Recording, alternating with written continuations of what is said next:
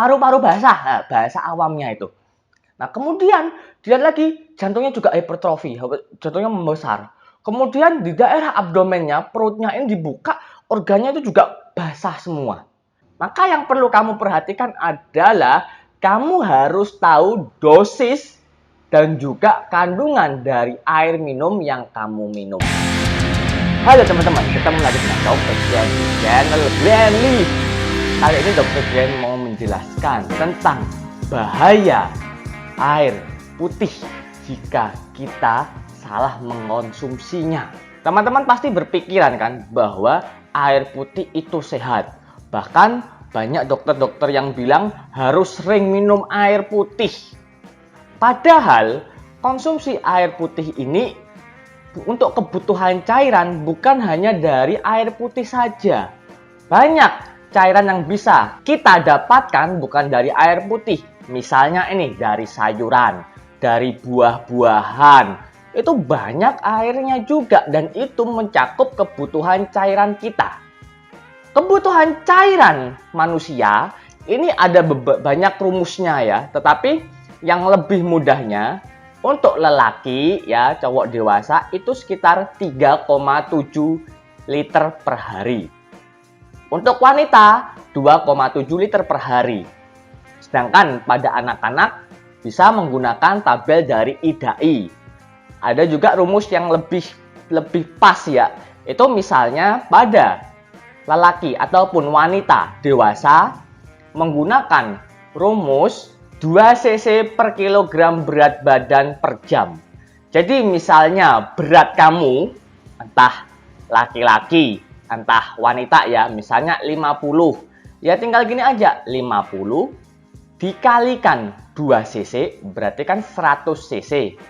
Dikalikan 24, berarti kebutuhan cairan kamu 2400 cc. Nah, sedangkan pada anak-anak bisa menggunakan rumus 10 kg pertama 4 cc per kilogram berat badan per jam.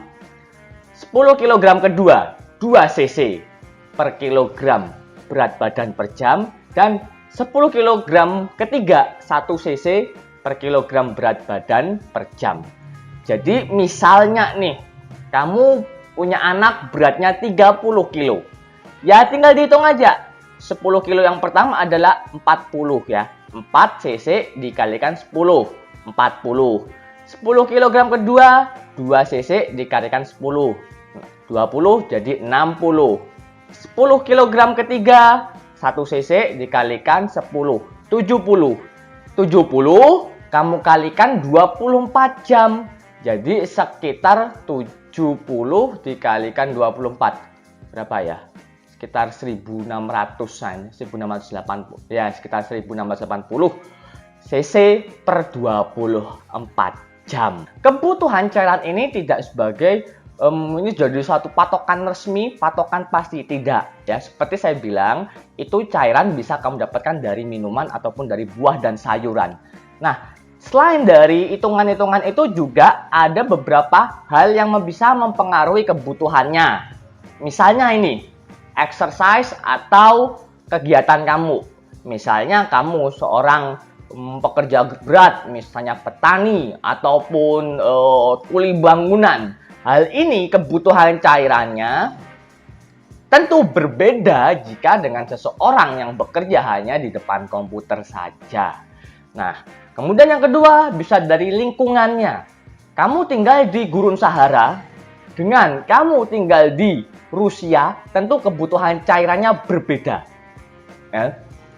Ketika kita tinggal di daerah yang tropis, yang panas, terjadi penguapannya cepat, otomatis kebutuhan kita lebih banyak daripada kebutuhan orang-orang yang hidup di daerah yang dingin. Kemudian dari kondisi fisik. Nah, misalnya kamu lagi mencret atau diare, ataupun kamu lagi demam, itu tentu berbeda. Nah, demam ini ketika kita naik 1 cc, 1 derajat Celcius ya, maka kebutuhan kita naik 10%. Jadi misalnya kebutuhan cairan kamu sekitar 3 liter, kalau suhu badanmu 38, kebutuhan cairan kamu menjadi 3,3 liter. Kalau misalnya suhumu jadi 39, maka kebutuhan cairanmu menjadi 3,6 liter. Ya, seperti itu. Kemudian yang mempengaruhi lagi yang keempat adalah ketika kamu dalam kondisi hamil atau menyusui. Itu pasti kebutuhan cairannya lebih banyak. Nah, ini Dr. Ken akan cerita ada beberapa kasus-kasus ya yang ternyata air putih ini menyebabkan bahaya. Kasus yang pertama ada wanita umur 64 tahun. Dia memiliki riwayat penyakit jantung. Dia minumnya terlalu banyak. Sekitar 30-40 gelas dalam saat itu juga. Jadi kalau kita hitung gelasnya itu 200 cc minimal ya sekitar 30 dikalikan 200 cc sekitar 6 liter. Nah, beberapa jam kemudian wanita tersebut meninggal. Setelah itu diotopsi. Dan setelah diotopsi ternyata di daerah paru-parunya terjadi kebanjiran. Cairan keluar dan menyebabkan efusi pleura atau bahasa awamnya itu cairannya itu keluar di daerah paru-paru basah, nah, bahasa awamnya itu. Nah, kemudian dilihat lagi jantungnya juga hipertrofi, jantungnya membesar. Kemudian di daerah abdomennya, perutnya ini dibuka, organnya itu juga basah semua. Nah, jadi umur 64 tahun dia minum sekitar 6 liter lebih ya dalam saat yang cepat ya. Akhirnya otomatis cairan ini tidak sempat diolah, tidak sempat dimetabolisme. Akhirnya bisa menyebabkan cairan itu menumpuk ke dalam tubuh. Kasus yang kedua, ada seorang gadis umur 9 tahun. Dia sama dokternya dibilangin, "Nak, kamu harus minum yang banyak ya." Nah, tetapi sama si gadis kecil ini ya nama juga anak kecil, takut dimarahi, dia minum sekitar 3,6 liter dalam waktu 2 jam.